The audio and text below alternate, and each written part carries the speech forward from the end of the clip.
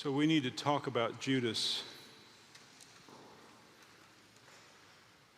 We need to talk about Peter and Andrew and James. We need to talk about these friends of Jesus. Because if you remember, Jesus called them friends. There's that old saying, with friends like these, he called them friends.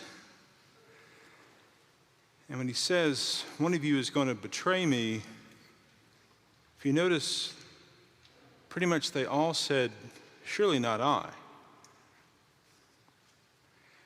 The story suggests they're saying it out loud, but they're probably also saying it inside, and they're probably also saying to themselves, Jesus knows I'm about to bolt. Jesus is aware that I've yet to plant my pivot foot. Jesus knows I'm the weak link in this operation.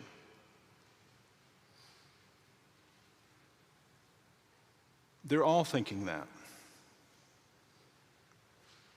Tonight, you and I are going to gather to remember that meal by sharing that meal, and we are friends of God.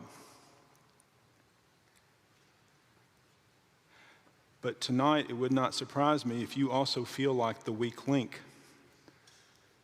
because often I feel like the weak link. Because in that hour of decision, in that particular hour, no matter what it is we think we would do, so often what we end up doing is that huge gap, right? When Paul talks about the kind of person I want to be and the kind of person I am, is so often this big gap. And it's that big gap. When Jesus is crucified, we believe he filled that gap and he closed that gap.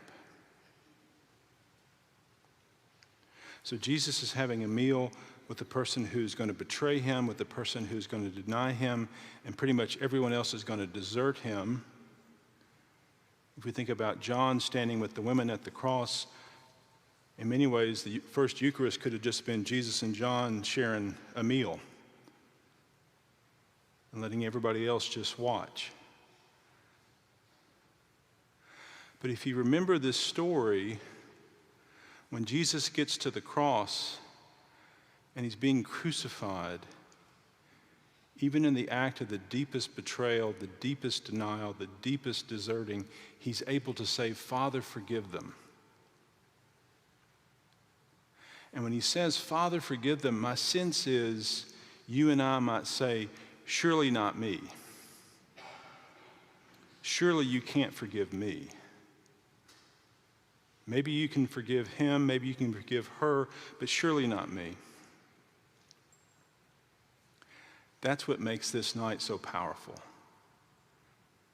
So much of Holy Week is about Jesus, but so much of tonight is about us. And we are his friends because he calls us his friends. Even though we often maybe don't feel like we measure up because Jesus will go to any length to find us. And so we need to speak about Judas. Because too often in the life of the church, we have said, that is the one who was condemned. That is the one who lives outside of the circle. That is the scapegoat. But a part of the power of the cross is there are no more scapegoats. There are no more fall guys. There's a legend in the church that once Jesus dies, he descended to the dead. He descended to hell, this harrowing of hell, that Jesus empties out hell. I would like to believe that if Judas got to such a place of despair, such a place of I cannot be forgiven, that in church tradition we say Judas took his life. if somehow Judas found himself among the dead, among those in hell, my hope and my prayer is that the first person who met him there was Jesus. And that he said, "Friend, what are you doing here?"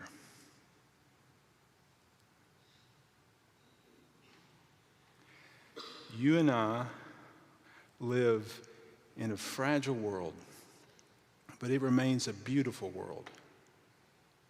We live in a world where too many people go cheap for power, but you and I continue to be a foolish people who believe that true power is found in the nonviolent cross, and that Jesus will go anywhere, even to humiliating lengths, to find everyone. The ones who deserted, the ones who denied, the ones who betrayed. Now, don't go home and Google, "Is Judas in hell?" Because they're all going to say, I shouldn't say what I'm saying. My brothers and sisters, my friends, this meal is a meal that Jesus shared with really complicated friends who deserted and denied and betrayed. And so often you and I, who've done nothing like that, are so quick to place ourselves outside the circle. The point of tonight, the point of this week, is Jesus was willing to go to such great lengths to bring all of us home. All of us home. Tonight, I invite you to a meal, not because you are perfect, but because you are here. Because you are still here. Because we are still in the feeding business, and the reconciling business, and the calling people home business. Jesus will go to any length to find you, to humiliating lengths to find you. He will take a story of old, of deliverance from slavery to freedom, and he will say, this is also the story of what God will do to find God's people. We serve the one who was crucified and on the cross forgave us